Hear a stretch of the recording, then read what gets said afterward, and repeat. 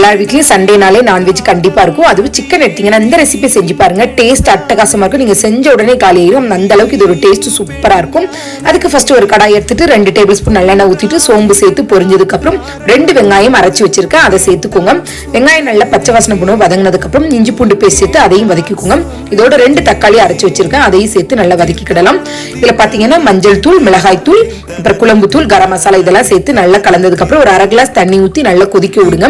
கொதிச்சதுக்கு அப்புறம் நம்ம ஒரு 1/4 கிலோ அளவுக்கு போன்லெஸ் சிக்கன் வந்து எடுத்திருக்கோம். இந்த மசாலாவோட சிக்கனை சேர்த்து நல்லா பரட்டி விட்டுட்டு இதுக்கு தேவையான அளவு உப்பு, இந்த கிரேவிக்கு தேவையான அளவு தண்ணி ஊத்திட்டு ஒரு பச்சை மிளகாய் கீரி சேர்த்துக்கோங்க.